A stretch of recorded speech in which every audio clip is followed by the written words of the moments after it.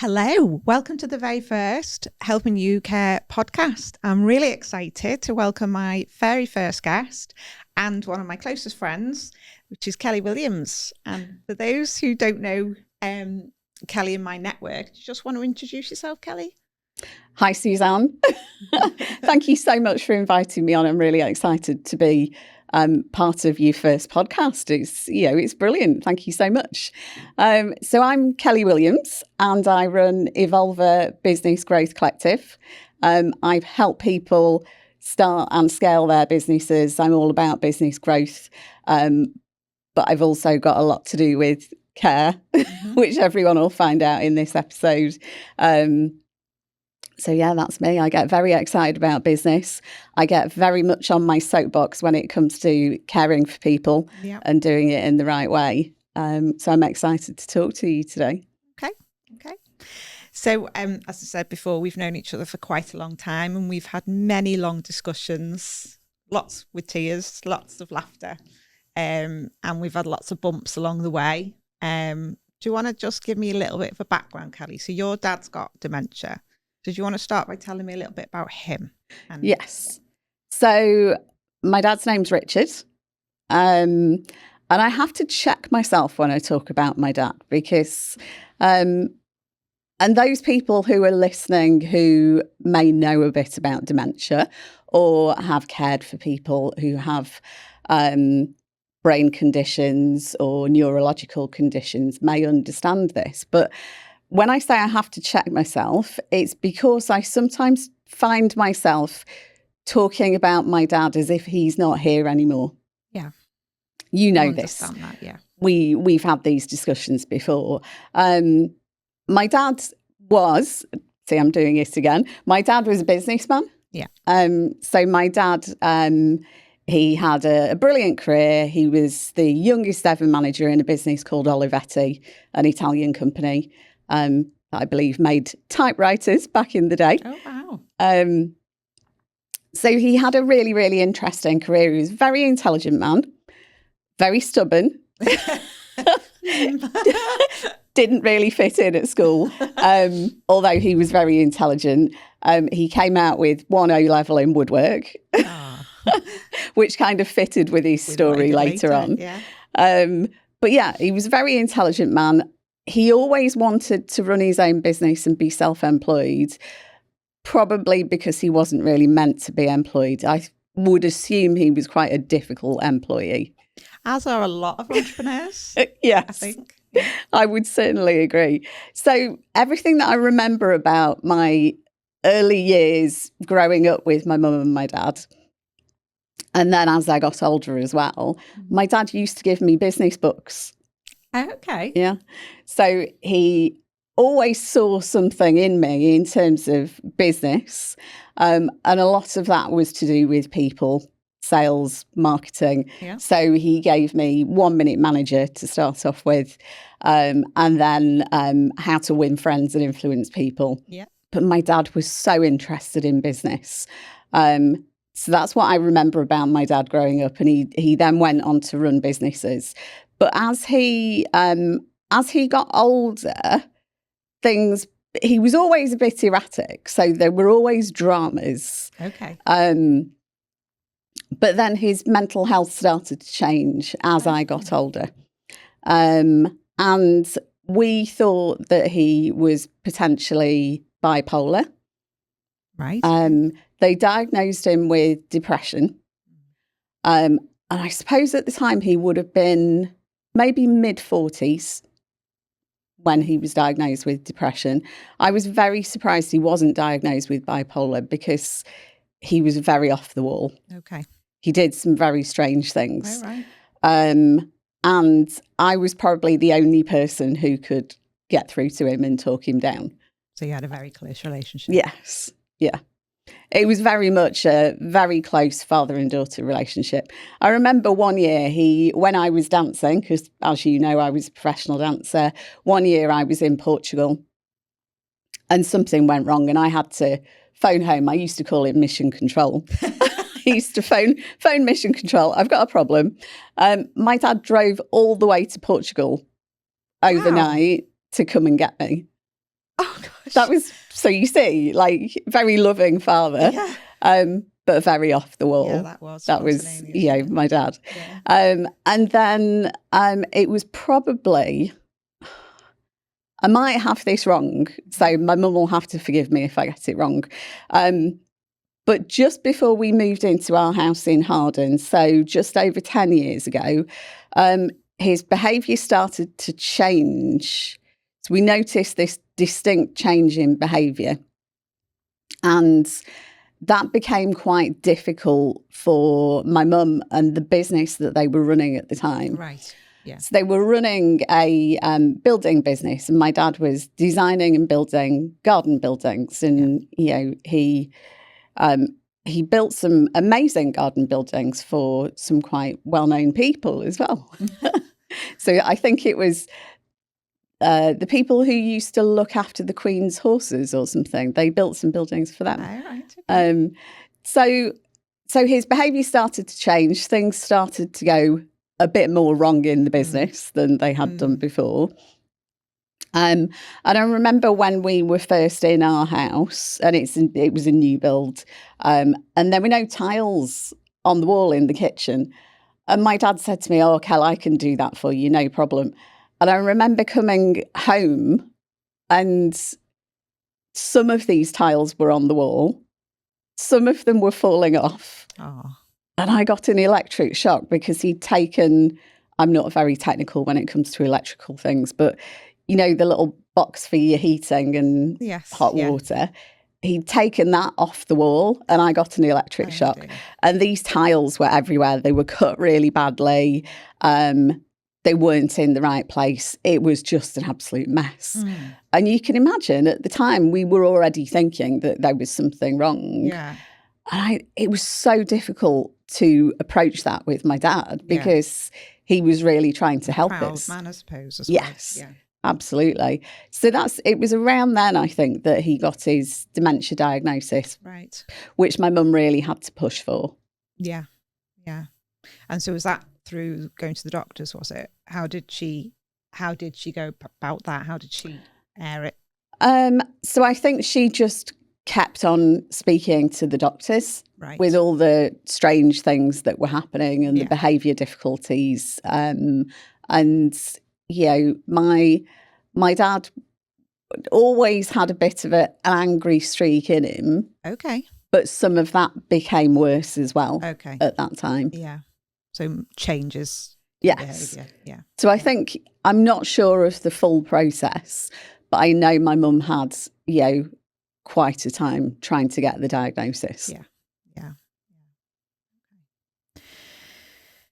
So moving on a little bit, how did that start to affect the family, yourself and the wider family? Can you? Well, I suppose it didn't really affect the wider family because at that point my brother was living in London and he didn't really, he wasn't there day to day. So he didn't see it. And I think it took my brother quite a long time. It took my brother a good few years to understand that when I was saying things were really difficult, things were really difficult. Yeah. So the behaviour, the bounce of angriness, my mum would call me and there'd be a problem and I'd have to go to the house. That was quite frequently I was being called away from work to go and sort something out. Because like I said to you before, I was the person that could talk my dad down. Yeah. Yeah. If I appeared, he would start to sort of come down off the ceiling, so to speak. Okay. I remember one instance where my mum called me and she'd had to call the police. Oh, gosh. Okay. That's upsetting. Yeah, it was. And I think at the time it sounded like the police were probably going to take my dad in, and arrest him. I turned up and I pulled up straight up on the drive and the police officer was about to go round the back of the house through the gates. All, Yeah. Bull in a china shop. Yeah. That's what I'm getting at. I don't want to say, bad things about the police, but this police officer, he was doing his job. He was all puffed up, ready to go and deal with the situation. But as we know, that's not a great way to deal with somebody who's got frontotemporal lobe dementia, who is angry, sad, confused, all these different mixed emotions. They don't know where they are or what's going on. They're starting to lose capacity, but they're not in that blissful ignorance stage yet. They don't understand. They're frightened, and that's where the anger comes out. So I asked the police officer to stop. I said, please do not go through that gate round to the garden. I will go and talk to my dad. So I went round there and spoke to my dad, and it was a particularly bad episode, but I did manage to calm him down eventually. But things like that became more and more frequent. I remember that. I remember you going through that, and it was incredibly difficult. And you have to be the strong one, and then inside you're not. And you've got to remain strong for everybody else, haven't you? Which is so difficult. I know, Kellie, you are an organiser, aren't you? You like to be neat and organise and get things in place quickly and effectively. So how did you manage that when it came to arranging things for your dad? Because as we know, it's not always easy. No, it wasn't easy, because also my mum is an organiser. Okay. And my mum, is a very capable woman. And likes to be seen as, the capable woman and the matriarch of the family. But over the past 10 years or so, I've had to give massive amounts of, support. And my mum's had her own health difficulties as well, where I've, had to support the situation. And I think it all came to a head, I think it would be 2 or 3 years ago now. I'm not very good with these dates, to be honest with you. I've got my own difficulties with memory for different reasons, haven't I? But it did all come to a head when my mum was in hospital. She wasn't very well, so I'd been visiting my mum and making sure she was okay. But at this point, and I think it was sort of 2.5, 3 years ago, something around that time, wasn't it? It was that. You'll remember. I had to go and stay at the house with my dad whilst my mum was in hospital. And that was near on impossible. And probably, again, something new that you'd not seen before. Yes. You wouldn't have seen those parts of his life. Yes. That was difficult. Yeah, because I wasn't the one living there. So for my mum, it was totally different. You know what it's like from a caring point of view. If you live with that person, it's a certain story. If you're the daughter on the outside looking in and supporting, it's very different, because it's a very different relationship. Husband and wife, and one of the two caring for the other, than it is to be the daughter. So I was in that situation where I was going in to help, but again, you have to keep your emotions in check. You do, because it's so hard seeing somebody like my dad, who has been so intelligent, so capable. He's done some wonderful things for me, some very caring father things for me, and always supported me. And yet I hesitate, because he has got another side to him, and he did make my mum's life quite difficult over the years. And it's difficult on a podcast talking to you, because lots of people are going to see this. So I hesitate, because I don't want to say the wrong things. I understand that. Because you don't want to give away all the secrets in your own family, do you? Of course you don't. That's not what this is about at all. No. So can you think of things that you used to do? So I remember specifically there was a period of time when your dad was in hospital, quite irate, because I think he had a water infection or an infection at the time. And I remember those conversations with you where you just couldn't get 5-minute break Yeah. because he was in an emergency unit. Mm-hmm. Do you want to tell us a little bit more about? Do you remember that? Yeah, I do. I remember some of that. It's weird. Like I say, I have my own memory problems because I've had a lot go on over the last few years with my own health. And I suppose there's something very strange about the human mind where you do block some things. You do block a lot out. Yeah. So that you can carry on and be the cheerful, organised person that you need to be. Yeah. But yes, there were various hospital trips where I sat with my dad on multiple occasions, trying to keep somebody with dementia calm in a hospital situation, especially in like an emergency kind of A&E situation, is near on impossible. Yeah. I remember every time that this happened, and I can't tell you how many times that I sat in hospital with my dad. I just wouldn't be able to remember. But every time because he has problems with his heart as well, he has atrial fibrillation. He also had an episode once where he was told that he'd had or was having a heart attack, but he'd got pericarditis. Yes. So he's had all these different health things, but each time he's been in hospital, there's always been something to do with his heart as well. So they've had the little sticky pad monitors on to be able to do the ECG and everything. Well, you can imagine they're not going to stay on for long, are they? That's distressing, isn't it, for somebody who doesn't understand what's going on? Yes. Yeah. So, the sticky pads for the heart monitor and stuff, they were off. Yeah. The nurses would come back and clip them back on, or I'd clip them back on. It's the constant kind of, what am I going to say to my dad? How am I going to calm him down? How am I going to stop him getting out of bed? Yeah. But also with the difficulty that he was getting quite irritable because he was frightened. Yeah. And in my dad's personality has always been, nobody tells me what to do. Yes. And even though somebody's losing their capacity or they've lost their capacity, they don't necessarily lose certain personality traits. Exactly. And it's trying to tap into to find a diversion, isn't it? Yes. Yeah. Yeah.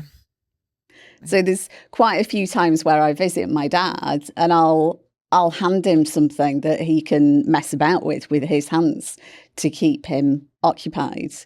This is why they do things like twiddle muffs and stuff, isn't it? But he's got a habit now of picking his hands really badly, so his hands ends up really sore. But yeah, going back to the hospital situation, it's an impossible job. And on most occasions, they've had to sedate him.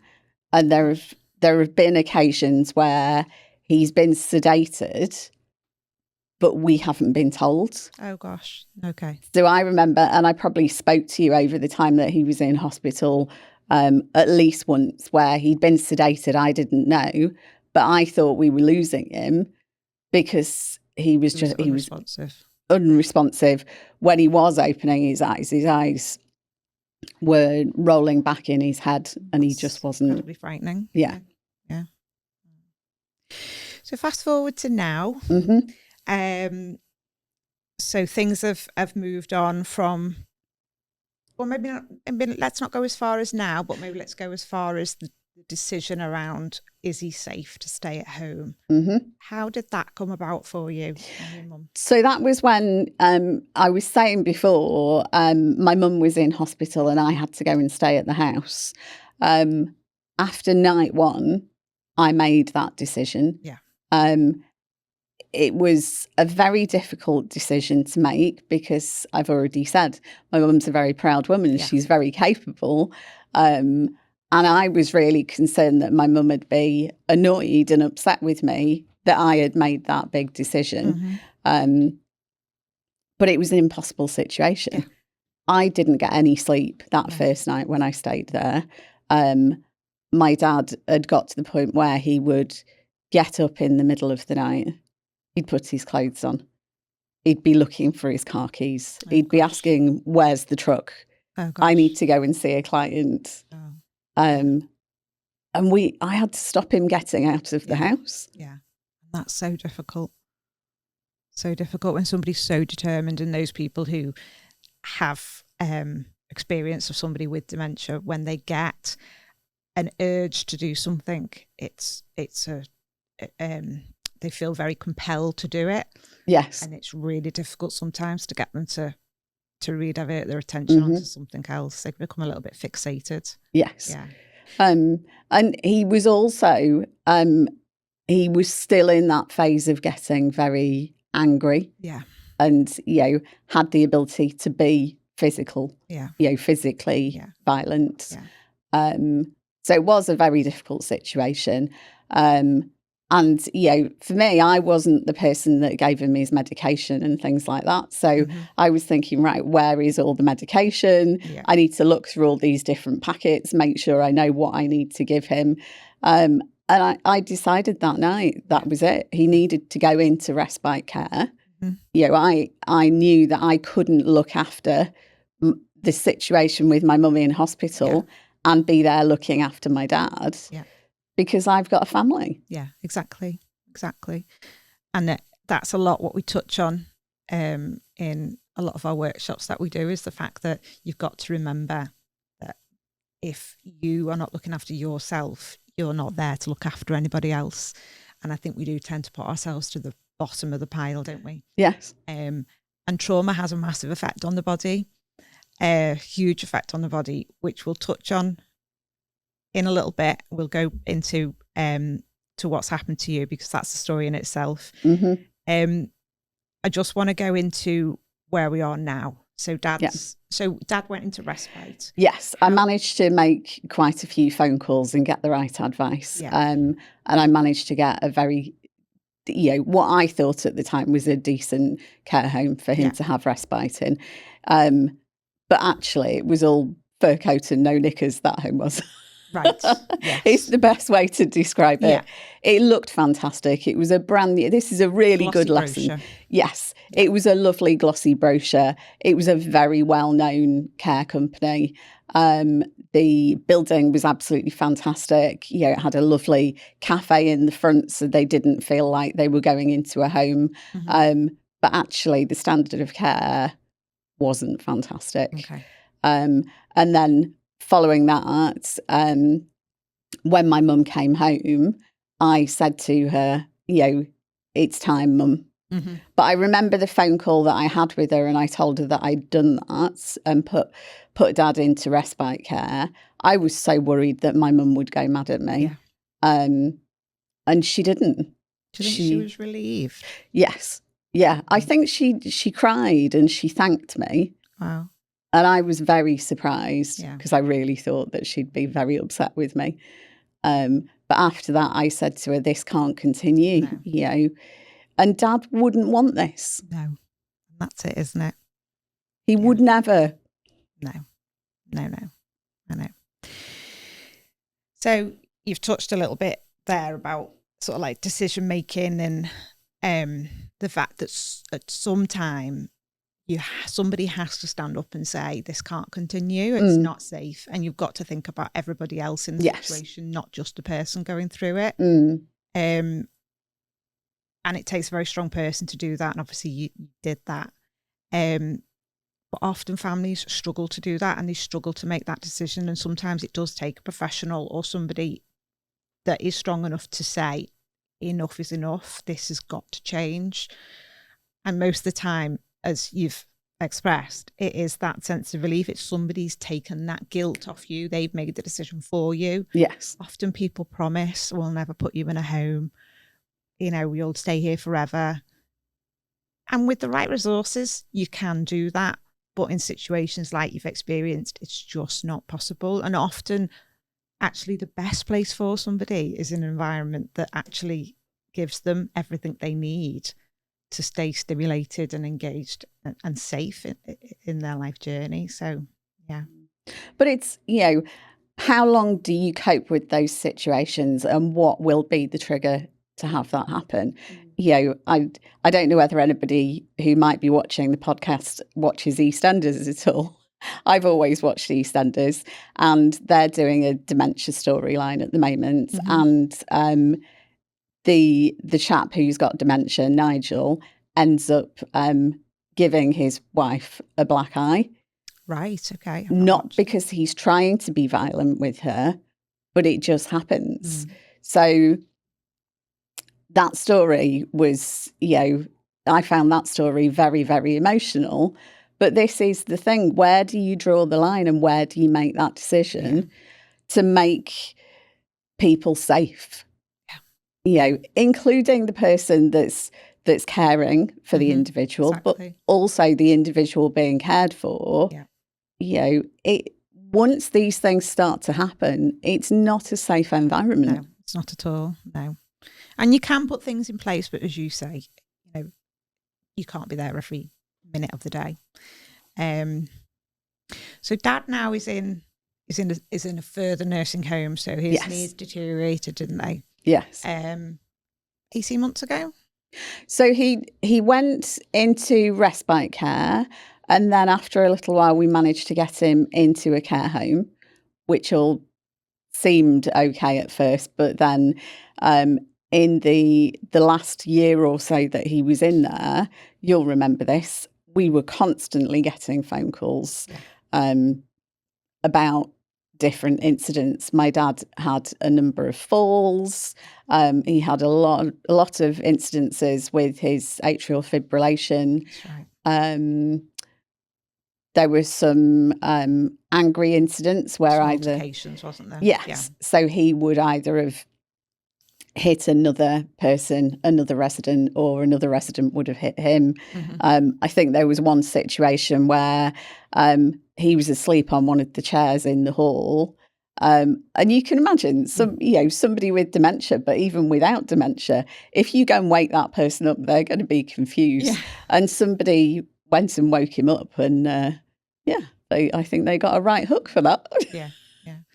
And a lot of instances that we see on the community as well with people with dementia is a reaction to something. So, I don't know whether you've ever experienced, we do it in the training that we deliver to our staff. We put them in a situation where they feel like they've got dementia. So we put certain stimulus in the room. It's a dark room. There's lights flashing. There's we make the shoes really uncomfortable. We put big mitten gloves on them. We put earphones on so they can't hear anything.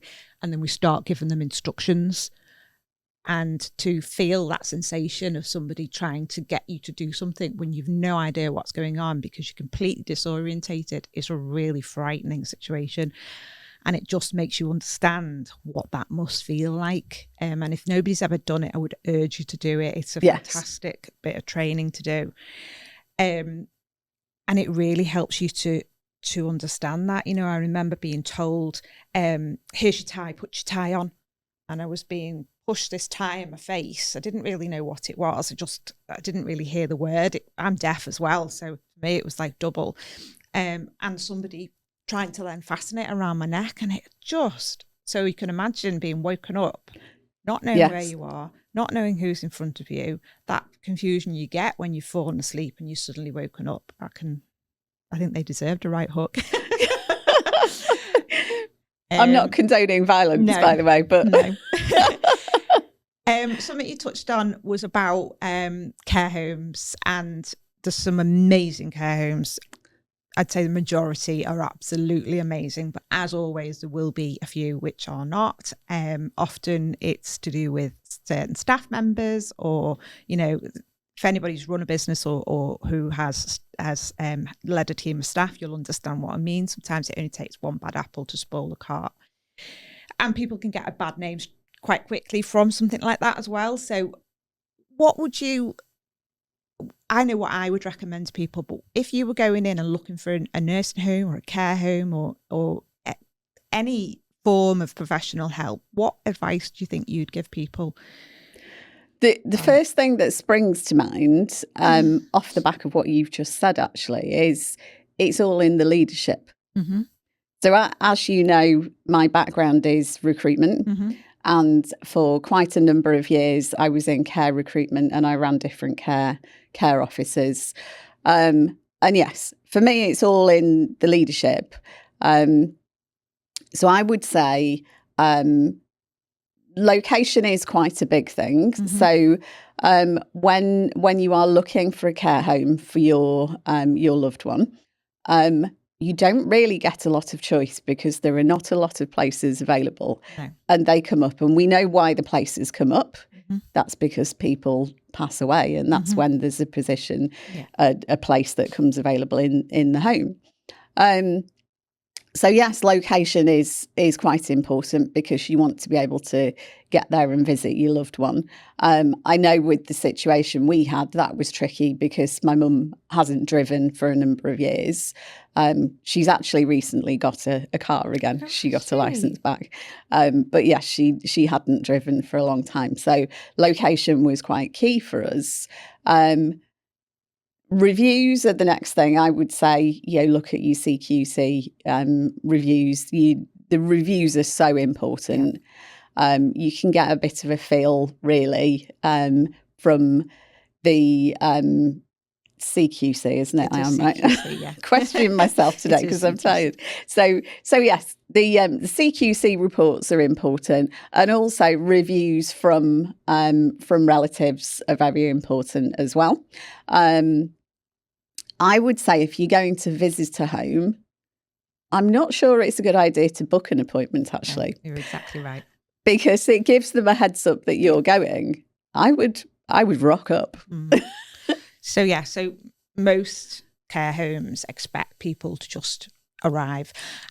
And let's face it, if you're running a business and or a facility, whatever, and you deliver the right standards, the highest standards possible, it shouldn't matter who rocks up on your doorstep. So I would say, I'd maybe avoid meal times because they are the busiest times. Yeah. But, you could go, 10 o'clock, 11 o'clock and just turn up and mm-hmm. ask to be shown around. Is there somebody that can just show me around and just get a sense of how it feels? Yes. It's not about how the wallpaper is. No. Is the furniture brand new? It's about the people that are looking after that person. You want their care and attention. Totally. And that's what I said before about all fur coat and no knickers. Please, whatever you do, look past the wallpaper, look past the nice new decor. That doesn't mean anything. No, it really doesn't. No. It's the leadership to start off with. If you've got a fantastic leader in a care home or a nursing home who really, really cares and knows what they're doing, you will see that filter down to the team. And as soon as you walk into that place, as soon as you speak to the leader, as soon as you speak to the people that are caring for the residents, you will know whether that's a good place for your loved one. Yeah. That's what I'd say. Just with the experience that I've got running the care office and going out to visit many nursing and care homes and mental health units as well. You really can get a feel by going to visit. Oh, that was what I remembered to say. You were talking about timing of visits as well. Oh, yeah. I definitely would say kind of mid-morning, because the other thing is, if your loved one has got something like dementia, if you're going to visit a home or a unit in a home where it's all residents with dementia, they have sundowning, don't they? Yes, they do, yeah. Yeah, especially in the winter. Yes. Yeah. So I would say avoid 3 o'clock onwards. Yes. Oh, yeah. Unless you want to see the chaos. Yeah. We won't go there. Yes. Yeah. So I was just going to fill in a little bit here. So we had Dad in the care home, which we weren't entirely happy with the situation as it was progressing. Plus Dad's needs were changing at that point, weren't they? Yes. So then there was a process to try and get him into a different setting, something that could really fit his needs. So do you want to just tell us a little bit about that? Yeah, I mean, to be honest with you, I wasn't majorly involved. My mum was looking after that process, really. My mum involved me in going to visit some nursing homes with her, because of the fact that she wasn't driving, but also because she knows, that I know about these homes, and she valued my opinion on them as well. So we did go and visit a few. And when we went to visit the one that he's in now, that was a really good example of looking past the decor, because it had just been taken over by another company. Yeah. And it was a bit shabby around the edges, but the leadership was very good. Yeah. And we could see straight away that they were making changes, and the staff was very good, very caring, very engaged. So, yeah, that was the process, really. And then obviously we had to see whether they would accept him. And then we had to talk about the funding as well, because my mum had to continue paying. We've recently been through another process as well for funding. So that will either be funded nursing care or it'll be CHC, which is continuing healthcare. Yes, continuing healthcare. Yeah. So we've started to go through that process, and I was in one of the first meetings with my mum about the continuing healthcare. I think, they'll do anything not to give it. So it's notoriously difficult to get, but given the right information, is how you fill a form out sometimes. Yes. Evidence. Yes. Then I would say your dad should definitely get it, but hopefully the home are experienced enough to be able to push for that and to give them the evidence that they need. Yeah. To go forwards. So what I've seen with that is it is quite a difficult process, and my knowledge of it is that if they refuse it, well, they always refuse it first time, don't they? Appeal. Yeah. Appeal, yeah. And just keep fighting. Yes. Often we'll go to tribunal in some cases, but I wouldn't say it would in your case because the evidence is there to be seen. It's clear, isn't it? Yeah. So just probably a little bit emotive now. I just want to touch on how you feel about your relationship with your dad now and how that's changed from what it was before. I know we've had a few discussions about visiting and how difficult that is. And I know you've had a lot of guilt around that. Just want to, if you're comfortable, talking a little bit around that. Yeah. Absolutely. So, does he recognise me? I think he has a vague glimmer of, I know this person. When you came with me recently, which was Christmas Eve. Yes, it was Christmas Eve, wasn't it? Because I remember last year saying, I will never go on Christmas Eve again, because it was just really traumatic. So the year before, when I arrived, my dad had just had a fall and he was with paramedics, and I hadn't seen him for a while because of my own difficulties. But this year, so I'd been to see him the day before that. So I'd been to see him on the 23rd, but there was a shoe situation, wasn't there? Yes, there was, yeah. Resolved, though. Yes, resolved. So there was a shoe situation where all of his shoes and his slippers had gone missing. So I decided to put my own mind at rest. I bought some new shoes. My mum gave me some slippers, and I asked you, and in fact, I spoke to you and you offered, didn't you, to go with me, which was very helpful.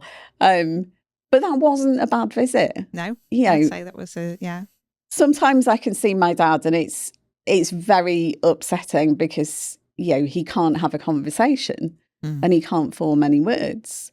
But then bizarrely on Christmas Eve, he was actually making some sense, wasn't he? He was, yeah. When we went through into the lounge area where the TV is, where they all sit, and I went over, didn't I?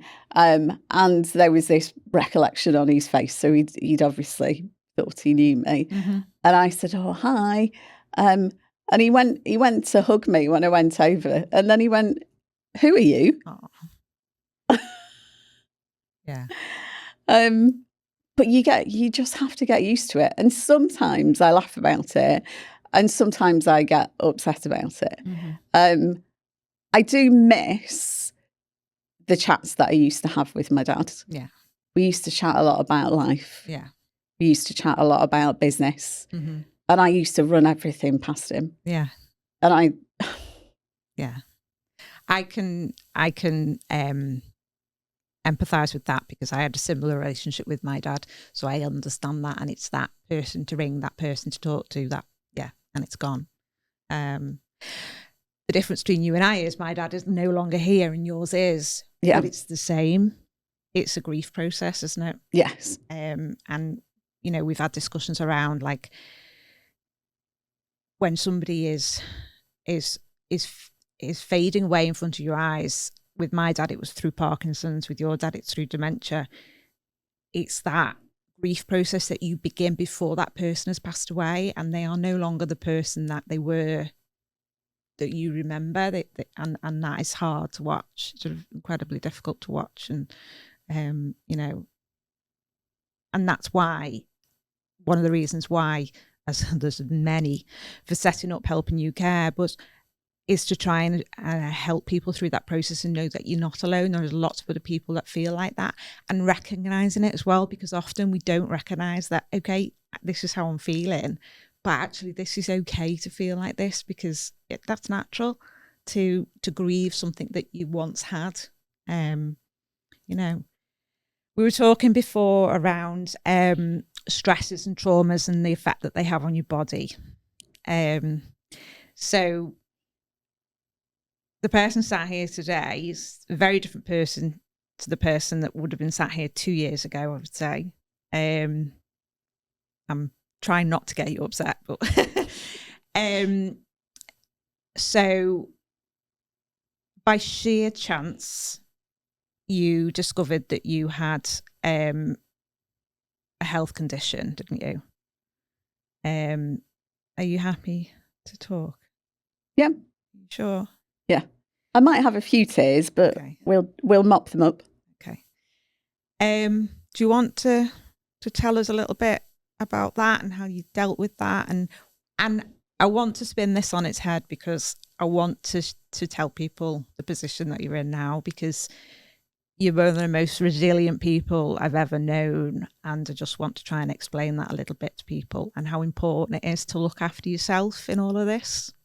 Yeah, absolutely. So I try and use everything, you know, with a positive spin on it. And I learn from absolutely everything that happens.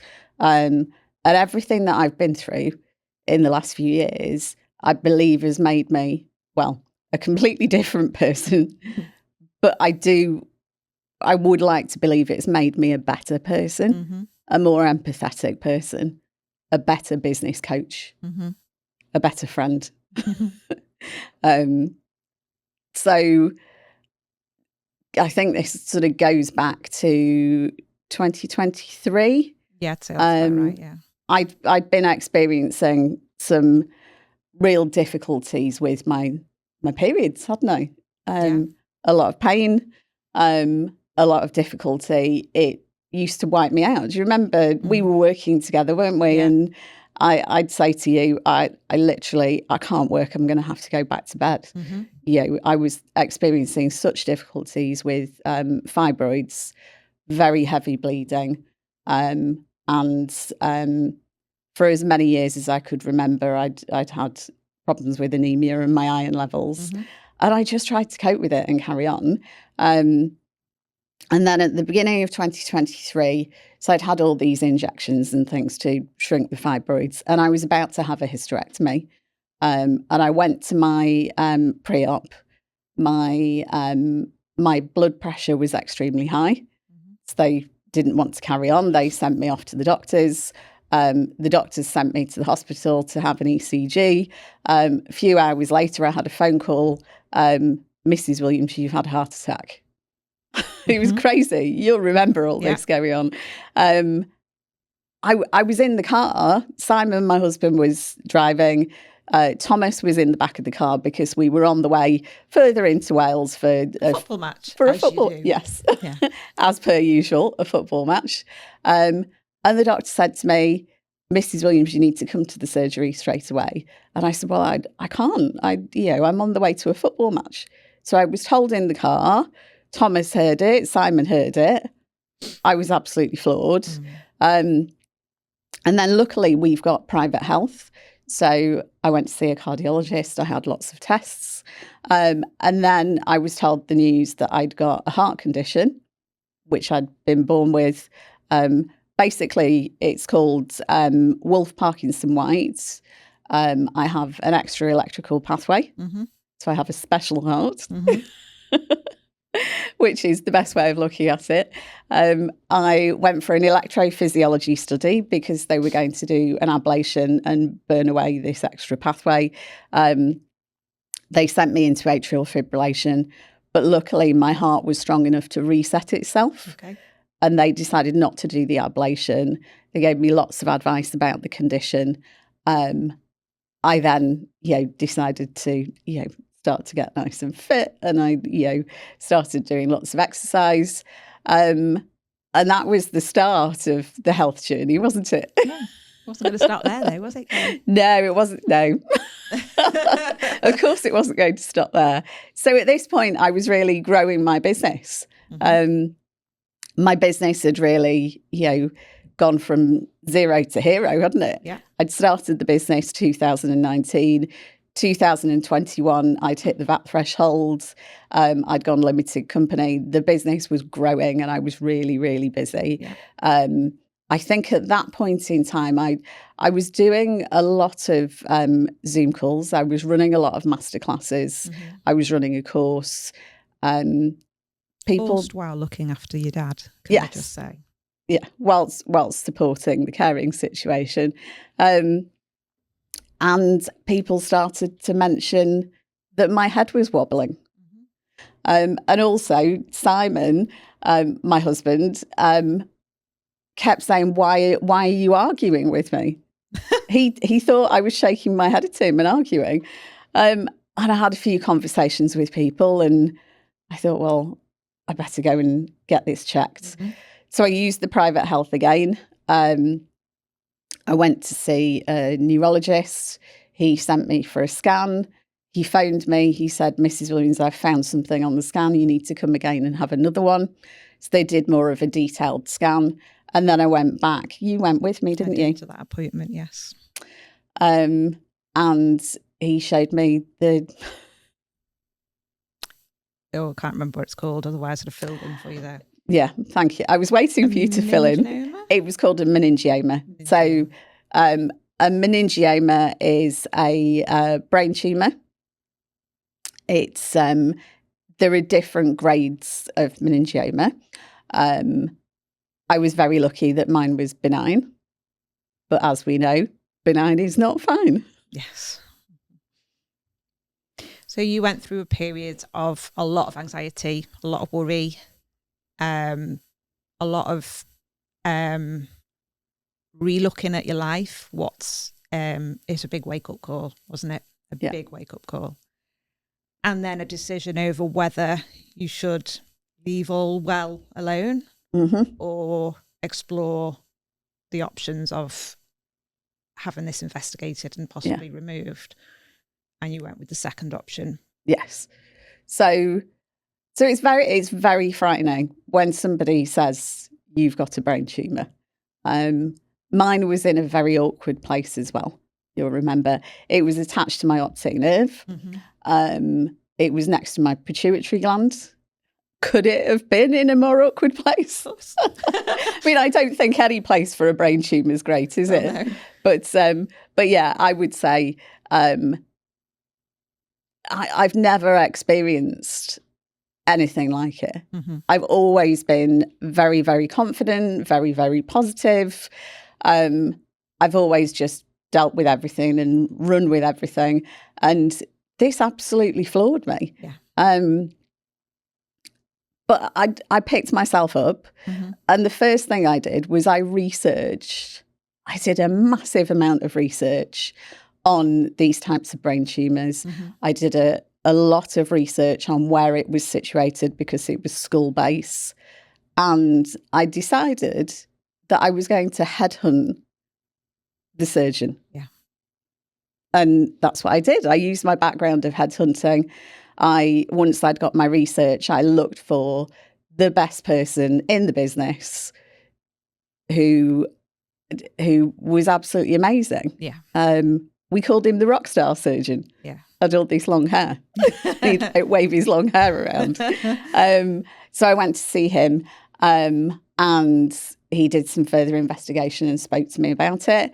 And the choice was we could either watch and wait, and it may grow slowly. But the danger was it was on my optic nerve and next to the pituitary gland. And I didn't want to lose my sight. No. So made the decision to have the operation. Yeah. So that was 2 years ago?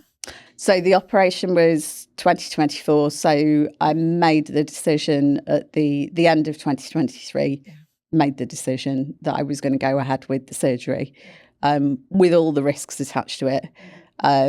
I opted for endonasal surgery because it was, in my mind, having done all the research and met that surgeon who is a leading surgeon in that type of surgery and those types of brain tumours, I opted for the surgery. And I had my surgery in April 2024.